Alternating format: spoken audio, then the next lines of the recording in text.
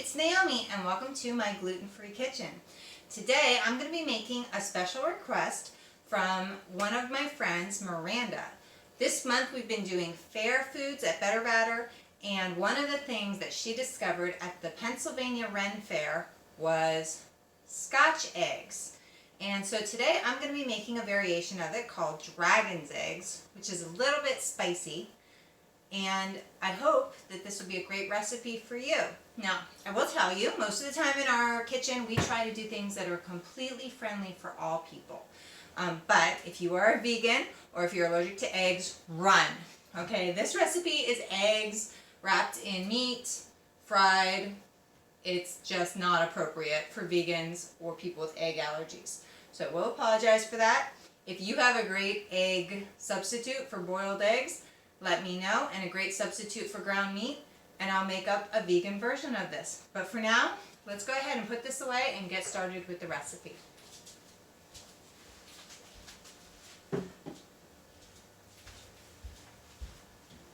Okay, now I will warn you in advance, this is not my idea of a good time, okay? I have texture issues, and dealing with crumbs and liquids and ground meat is freaking me out. So if I freak out a little bit, just laugh and give me grace. Alright, what you're going to need is about a pound of ground sausage. Now, we have recipes on our site for sausage if you want to make your own, or you can just get any loose sausage that is in the grocery store. For the purposes of dragon's eggs, I have chosen a very hot Italian sausage. You could make your own sausage and add a lot of crushed red pepper if you want it spicy. If you want it to be a little bit more mild, use a mild sausage. You're also going to need some boiled, peeled eggs. Now, I don't know if you know, but we finally reached 1,000 subscribers, which means it's time for our Instant Pot giveaway. I have an Instant Pot over there. I'm going to buy one and give it to one of you, and if you stick around with the video, you'll find out how to enter for a chance to win. But meanwhile, let me go grab a couple eggs. Instant Pot eggs are my new best friend because they peel so easily. So hold on.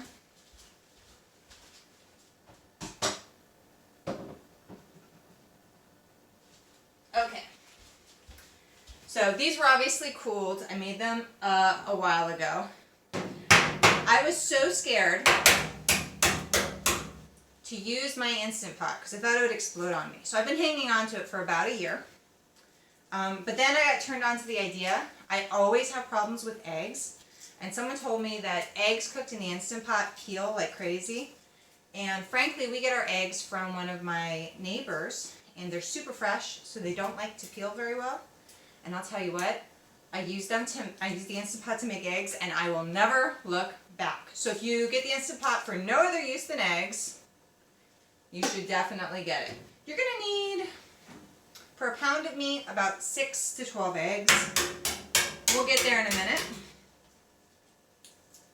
Okay, we're going to pretend like I peeled 6 to 12 eggs. I actually have an extra egg in my storage just in case this didn't work so well. But Instant Pot eggs are a winner every time. And no, I'm not paid anything by Instant Pot. But Instant Pot, if you would like to pay me, I can feel free to develop some recipes for you. Although I think that's not their thing. I think we're all supposed to just like follow it like it's a new religion or something. Alright, so I'm just going to give you a couple boiled eggs, okay? And you're going to need 3 other ingredients. You are going to need flour or seasoned flour. Now, if you're gluten-free, I always tell people I like Better Batter, but any good cup-for-cup flour will do. If you're not gluten-free, just use whatever is in your cupboard. And if you want it to be really spicy, today I'm using the Better Batter seasoned flour. It reminds me a lot of the Kentucky Kernel back in the 70s, back when it was really flavorful. So if you like a flavorful seasoned flour, this one's the way to go. You need like a cup of it. You don't need much. It's just to coat the meat, okay? You're going to need a cup of breadcrumbs. Once again, gluten-free breadcrumbs. You do you. If you're not gluten-free, just use regular. I personally prefer plain and not seasoned. And an egg. Now normally, if you watch this at all, you know I love aquafaba, bean juice. But since we're already using eggs, I don't see the point of using an egg substitute.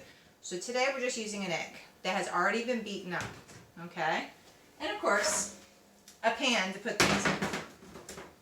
Now, this couldn't be simpler, but it is a little messy, okay? First you're going to take your egg and you're going to roll it in the flour, okay? This just helps to get some of this like smoothness off of it so it adheres and so it cooks without slipping off and, you know, sliding away. Sorry, I know. If you ever watch that show Miranda, that's me. I'm the dork who sings to everything. All right. Then what you're going to do is you're going to take between 3 and 4 ounces of meat. Once again, any kind of sausage will do. You could even use ground turkey or ground beef if you want, but to me that wouldn't taste like anything. And you're going to flatten it out. Now, I've already pre-done this so that you can see. You're going to flatten it out a little bit bigger than your palm and really, really thin. I like to use 2 plastic bags, but you could use silicone, you could use whatever you want. As you can see, it's really thin, like you're rolling out cookie dough, okay? You're going to take your coated egg and, well, oh gosh, here's the part I hate. You're going to peel the meat off of the liner, okay? And you're going to put the egg right in the middle of the meat. And if you've made it big enough, you should be able to squeeze it around so that the edges of the meat, oh goodness, I hate this. Oh, it's so delicious, but the process in getting there, I hope you don't have texture issues. Squeeze the meat around until it's completely covered, okay? And you're going to do that several times. I usually do each stage one at a time. So I would do all of the meat patties, then I would do all of the rolling in flour, then I do all of the squishing it up, okay? You're going to take this gigantic meatball. That's a spicy meatball, okay? And you're going to take your spicy meatball and you're going to put it back in the flour. Roll it around. I do find that Tupperwares or something like that is really best for this. The least mess possible. The least having to touch it possible. Until you get something like this. It's a floury meatball. Okay? Then you're going to roll it in your egg. Once again, this just seems to go a little bit easier if you have a Tupperware. But even then, at this point, it's starting to get big and unwieldy. You'll have to use your fingers a bit.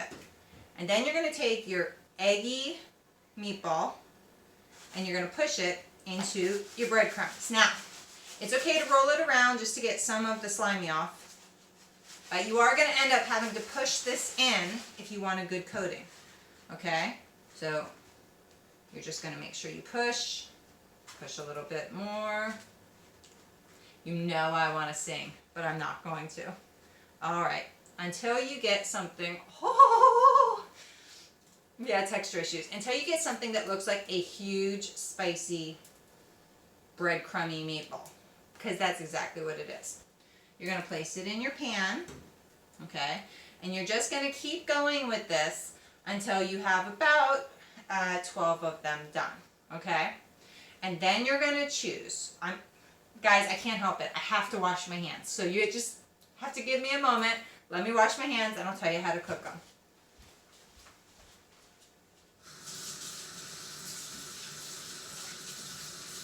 Oh.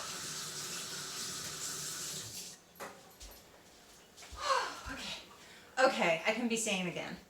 All right, so once you've got about 12 of these set up, 6 to 12, depends on how many you're making, you are going to put them in your pan and you can either fry them around 375 degrees for like 8 minutes, a couple minutes each side until they're golden brown. And the meat should be cooked because you should have made it very thin, remember? Or I'm scared of oil and I'm scared of frying things and my husband doesn't tolerate it well. So what I do is I put it in a 400-degree oven for 35 minutes. Okay, if you put it in a 400-degree oven for 35 minutes, it'll brown up, it'll get crispy, it'll get delicious, You'll thank me. Trust me, you want this in your mouth. So that's it. I mean, it's not a hard recipe, but it is delicious. If you make it spicy and you want to make it for Halloween, make sure to call it dragon's eggs. Otherwise, it's Scotch eggs. And I know they're traditional pub food, but you don't have to drink to have fun with them.